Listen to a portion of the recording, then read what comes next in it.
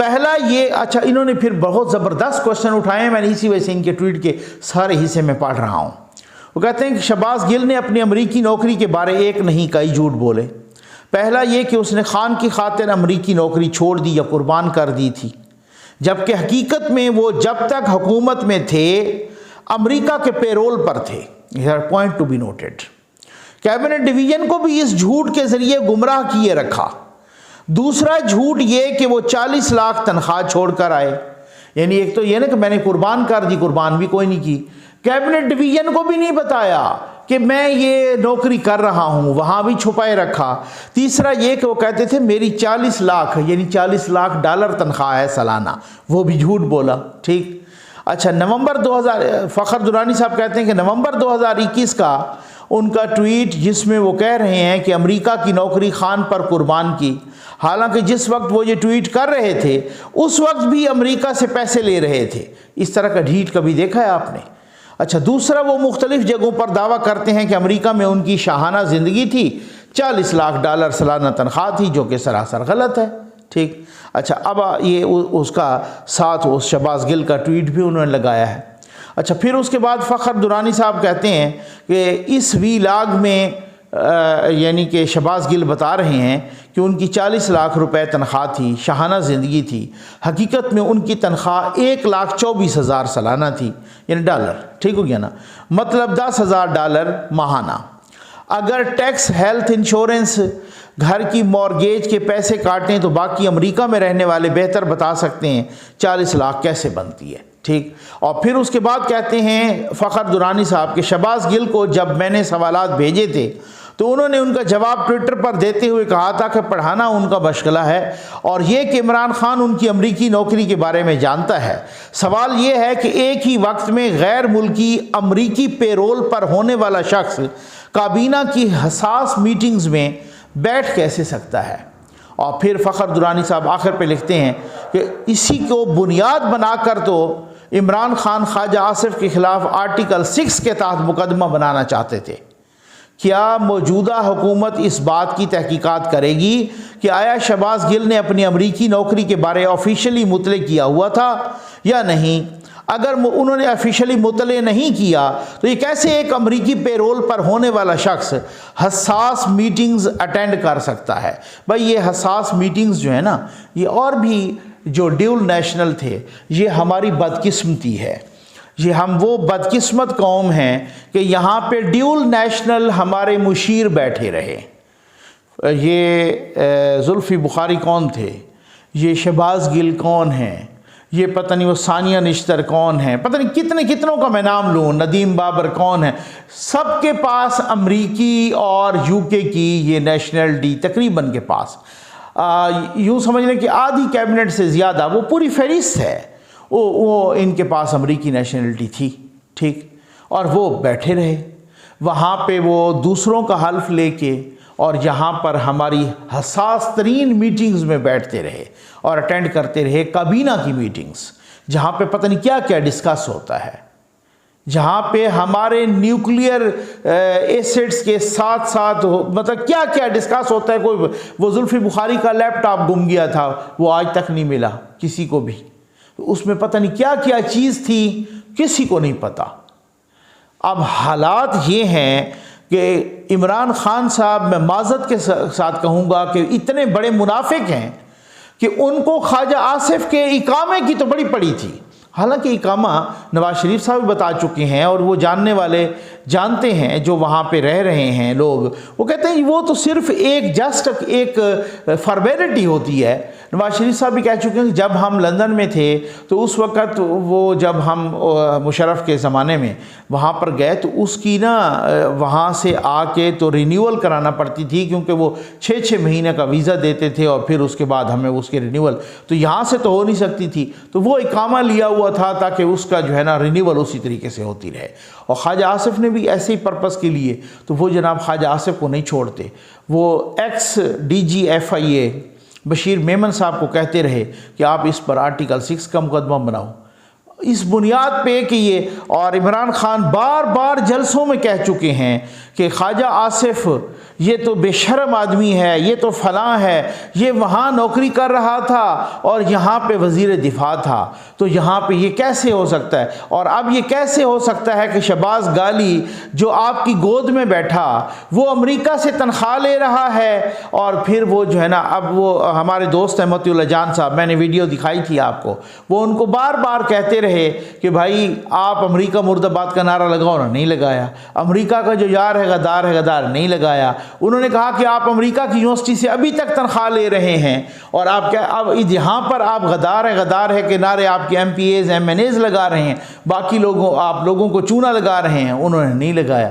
شہزاد اکبر کو انہوں نے پکڑ لیا موتی اللہ جان صاحب نے، انہوں نے کہا کہ یہ جو آپ نے ملک ریاض کے 38-39 ارب روپے آئے برطانیہ میں نے جو پکڑے اور آپ کو دیا، آپ نے دوبارہ ملک ریاض کی جیب میں ڈال دیا، کوئی جواب نہیں تھا۔ اب مسئلہ یہ ہے، میں آخر پہ ویڈیو کے آخر پہ اس کو ختم کرتا ہوں ویڈیو کو، اور ویڈیو کے آخر پہ یہ کہوں گا کہ اتنے بڑے بڑے مافیاز جن پر ہاتھ پڑنے لگا ہے، میرا خیال ہے اب تمام کے تمام ریاستی اداروں کو کسی قسم کا کمپرومائز نہیں کرنا چاہیے۔ یہ بالکل کچھ بھی نہیں ہے، میں کہتا ہوں یہ چند ہزار یوتھیے ہوتے ہیں، چاہے وہ 20,000 ہوں یا 50,000 ہوں یا 40,000 ہوں، ہر جگہ پہ وہی آ جاتے ہیں اور ہر جلسے میں وہ اکٹھے ہو کے آ جاتے ہیں۔ کوئی نہیں ہے، انہوں نے عوام کا جینا حرام کر کے رکھ دیا ہے۔ ان کے ساتھ پاکستان کی ریاست چل نہیں سکتی۔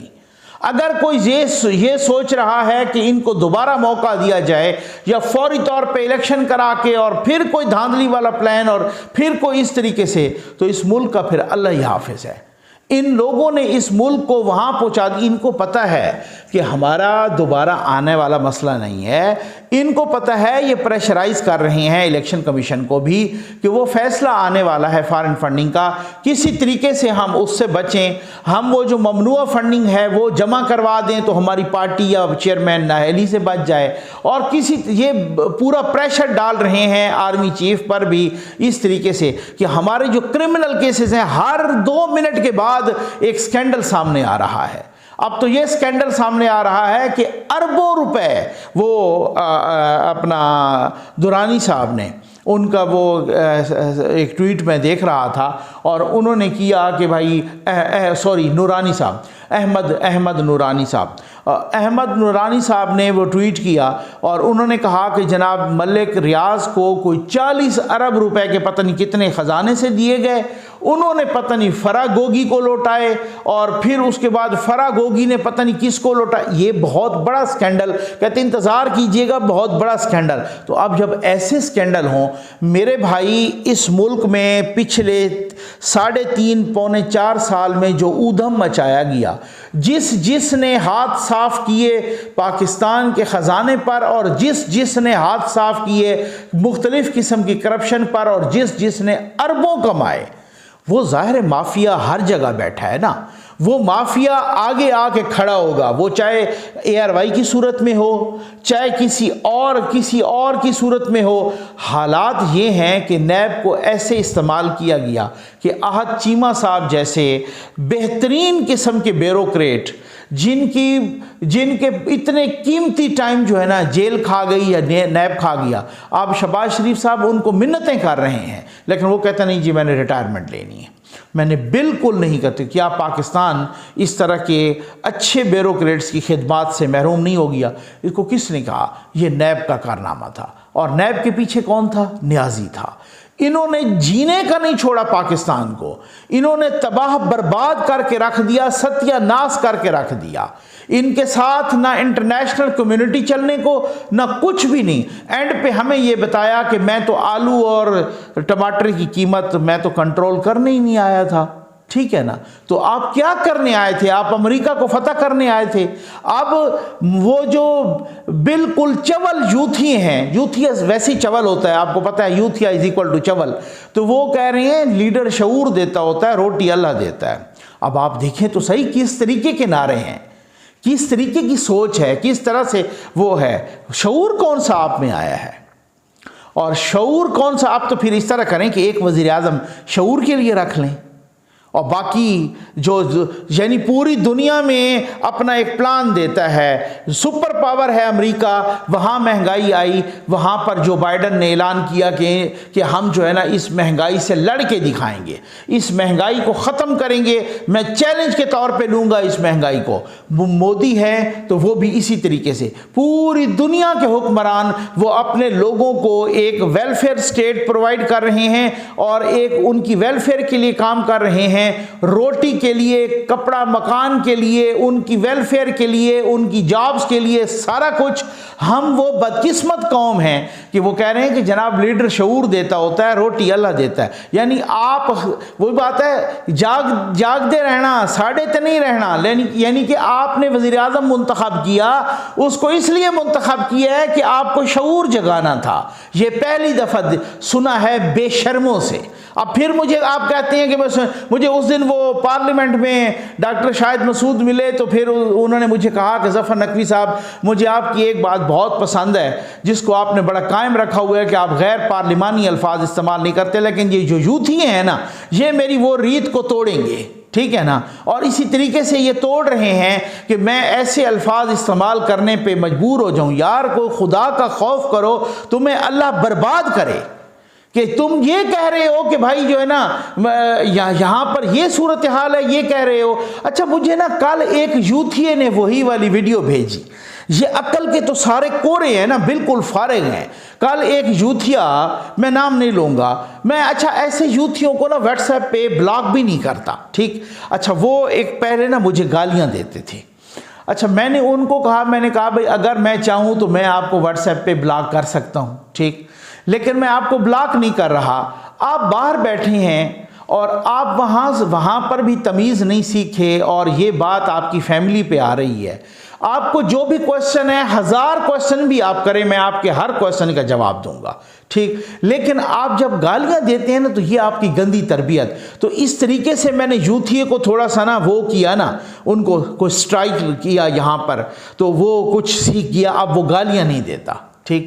اب کل مجھے انہوں نے ویڈیو کہ نقوی صاحب دیکھیں تو صحیح نا، یہ آپ بکے ہوئے ہوتے ہیں، اچھا بکے شکے لفافہ شفافہ یہ وہ کہتے رہتے ہیں، ٹھیک ہے نا۔ میں نے کہا خیر کوئی مسئلہ نہیں، اتنے تک چل جاتا ہے، ماں بہن کی گالیاں نہیں دیتا آپ، وہ بالکل وہ جو ہے نا وہ بالکل چول سا ہے نا، اسی طریقے سے باہر بیٹھا باہر ہے۔ اسی وجہ سے میں کہتا ہوں کہ یوتھیا 5 سال کا ہو یا 90 سال کا ہو، ان کی سوچ ایک جیسی ہے۔